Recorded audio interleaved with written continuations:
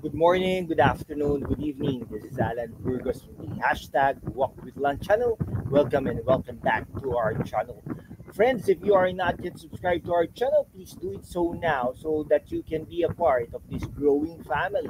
We are now officially 7,045 subscribers. Thank you so much. God bless you all. Okay, so ang pag-usapan po natin today ay with regards po dyan sa West Philippine Sea. Okay? Ano po kasi no, in the recent days, no, talagang ano po no, nanawagan or talaga nakikipag-communicate si Pangulong Bongbong Marcos sa Community of Nations. Okay? Talaga pong kinakausap niya ang iba't ibang mga bansa from Australia to Europe to America to Southeast Asian nations, etc. No? Lahat po yan, including India. Kinakausap niya po yan kahit po nandito siya, no? Pumupunta po sila sa Malacanang at pumupunta din po siya, kumbaga, sa ibang mga bansa upang pag-usapan itong issue ng West Philippine Sea. No? Maliwanag na maliwanag sa atin na ginagawa niya ito, hindi lang po pang ekonomiya, kung hindi po ay talagang kinukumbinsin niya ang Community of Nations na suportahan ang bansang Pilipinas. Siya nga pala, ano ba naman ang laban natin kumpara sa bansang China? Napakalakas. No? Actually, ang bansang China ay comparable pa sa US in terms of military strength. Okay? May nuclear weapons pa yan, may mga cybersecurity experts pa yan, no? In terms ba pwedeng mag-ethical hacking, ay mag-hack sila, etc. Not ethical pala. Mag-hack sila, okay? Pwede tayong pasabugan. Kita nyo naman, di ba? Ang Coast Guard nila ay napakalakas in comparison sa atin, no? Ang siguro ang pwersa lang natin or ang ano natin, ang sandata natin laban sa mga ganito ay lakas ng loob. Okay? Yan. Kaya po talagang maliwanag na sa atin, no? Bakit po ganun ang ginawa ni Pangulong Bongbong Marcos. Okay? Now, in the recent days then nung pumunta si President Zubiri sa mga bansa sa Europa, upang mag-talk doon, ay talagang sinuportahan din niya yung event na yon dahil sa pakikipag-communicate sa kanila na suportahan din nila ang cause ng Pilipinas. No? Just imagine, talaga napakaliit nating bansa. Itong mga Chinong ina ito ay talagang nang-aapi na. No? Sana naman ang mga politiko ay talagang suportahan na ang panawagan na dapat atin ang West Philippine Sea. Yan ay napatunayan natin, pinaglaban ng bansang Pilipinas noong panahon ni Noynoy Aquino bilang presidente ng Pilipinas at nakamit naman natin yan, atin yan. Kaya lang, nanalo si Pangulong Rodrigo Roa Duterte na naging friendly sa China. Hindi naman natin matatanggi na talagang malaki rin naman na itulong ng China sa ating bansa, no?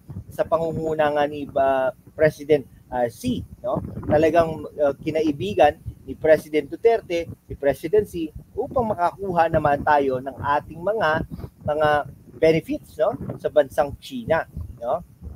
Yung mga arms natin, no, yung mga armas natin galing Russia, galing China nung nagkaroon ng Marawi siege. Kumbaga, no? Tapos yung nung nagka-COVID pa, yung Sinovac ay talagang galing naman sa China, inoffer pa yan sa atin ng libre, no? Kumbaga, yes indeed, no, para tayo naging PGP, naging testing, no, sa mga panahon na 'yon, 'di ba? Kaya lang noong panahon na 'yon, kaya lang syempre, tingnan niyo po, 'di ba?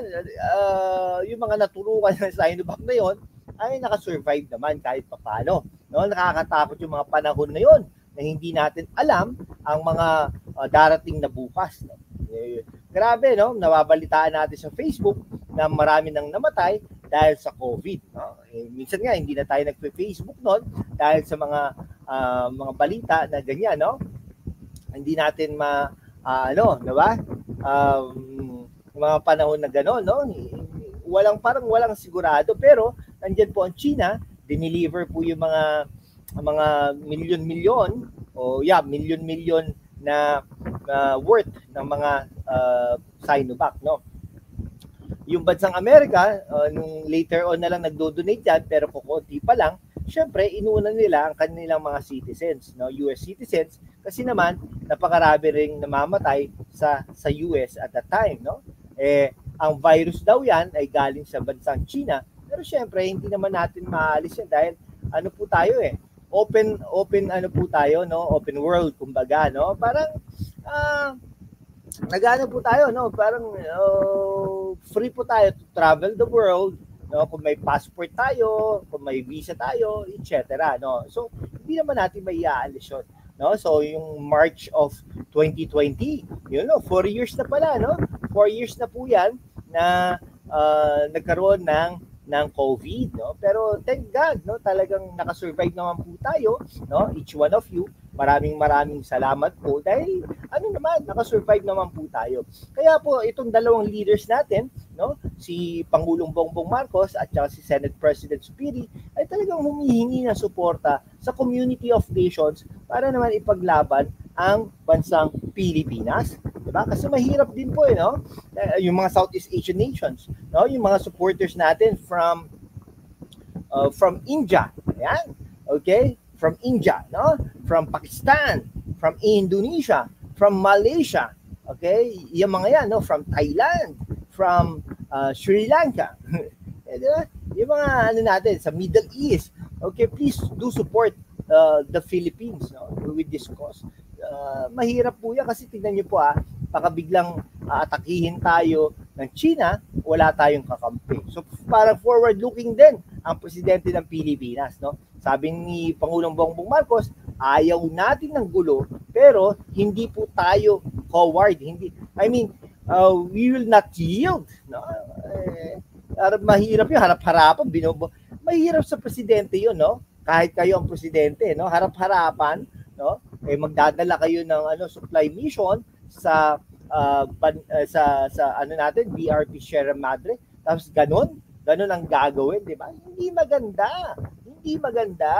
Okay? Kaya po dapat handa tayo, pero at the same time dapat hindi tayo yung nag-uumpisa, no? Pag-usapin din, ba? Kaya lang kinausap na po ni Pangulong Bongbong Marcos at Pangulong Bongbong Marcos ito si President Xi. Kaya lang syempre matapang no? Ng mga Secretary of Foreign Affairs nila, no? Nagpre-press conference sila, tapos nagpre-press conference para sabihin na mali ang ginawa natin, tayo nang bubuli at pag pumupunta doon ay hindi dapat pumunta doon sa BRP Sierra Madre. Ano ba naman kayo, no? Supplies niyan ng mga kasundaluhan natin diyan sa BRP Sierra Madre na nagpapatunay na amin yan, okay? Na atin yan, no? Na bilang Pilipino. Okay, sige po. Kung hindi ka pa nakapag-subscribe, kaibigan, mag-subscribe ka naman para naman we can be able to maintain and sustain this channel. Thank you so much, guys. God bless you all.